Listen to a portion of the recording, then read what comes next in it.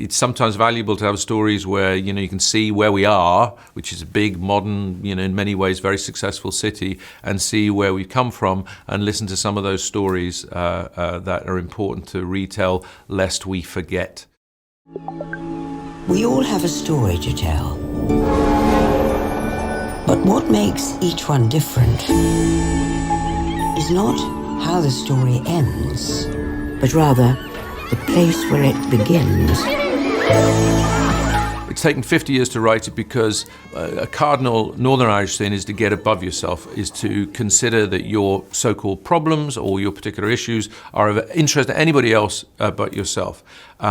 I began to write this because I got past that and thought, well, no, I think that there are sort of universal scenarios in here that are part of perhaps a necessary or a helpful process that goes way beyond sort of navel gazing. And I've been really touched by the way in which, when the film is played elsewhere in the world, people have said to me, that's my story. This is people in Africa, people in the Middle East. Sometimes you get something very particular, and it does have a sort of universal resonance because the particulars feel very authentic. And when I started sending the script round, that was what was so rewarding, to feel everybody got it, and people commented on the fact that they just felt the beat by beat and character by character, they somehow recognized an authenticity that was very familiar to them. My ma says if we went across the water, they wouldn't understand the way we talk. If they can't understand you, then they're not listening. You know who you are, don't you? The idea of a 9-year-old's perspective, sometimes physical perspective, on what he is seeing or hearing, and the way in which memory, and a very Irish sort of notion, I think of it anyway, was something to let this, as it were, naive point of view emerge. Picasso said, it took me a year or two to learn how to paint, but it took me a whole lifetime to learn how to paint like a child.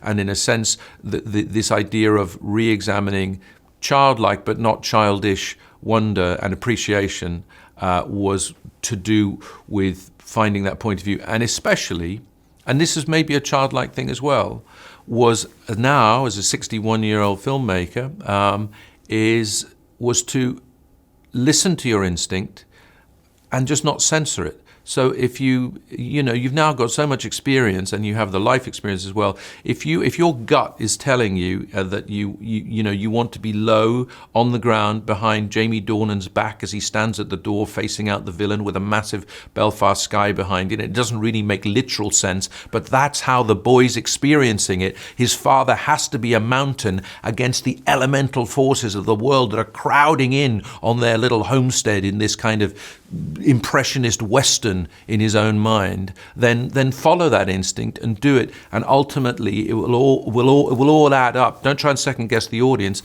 Let it come more directly out of your gut. That's what I tried to do. Open up your eyes, then you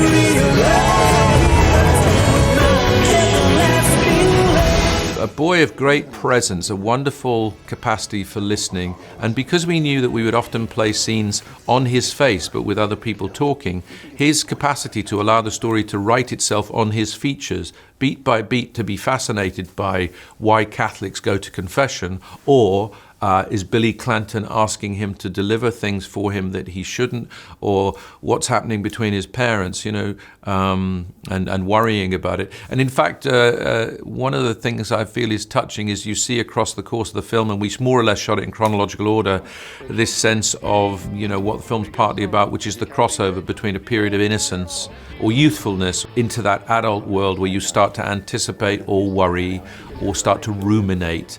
And there's a shot as his father is leaving once again early in the morning to go to England. We go back to find him in his bed. There's just a look in the eye where it's so heartbreaking to see how the shoulders have started to feel the burden of what it is sometimes to grow up and accept another thing that I think ended up becoming what the film is about. I didn't really realize it at the time, but it is about loss, whether it's the loss of your home, the loss of a country, the loss of your accent, the loss of a family and a way of life, and ultimately also the loss of loved ones, which is one of the things we all have to deal with in life. And he starts to to sense that. And when he's on a sofa screaming at his parents, I don't want to go to England, you know, he could as easily be saying, I don't want to grow up. I don't want to know that life is full of all this stuff that's going to trip me up. Why can't we just get back out into that street without barricades and let me play with my Catholic neighbour and kick a ball about and for life to be all okay? Go now. Don't look back.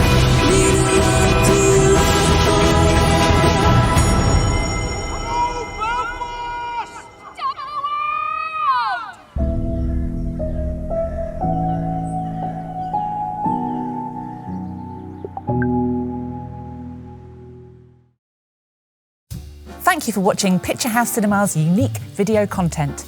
Hit the subscribe button to be kept up to date with our movie news, cast and crew interviews, highlights, trailers, and lots more.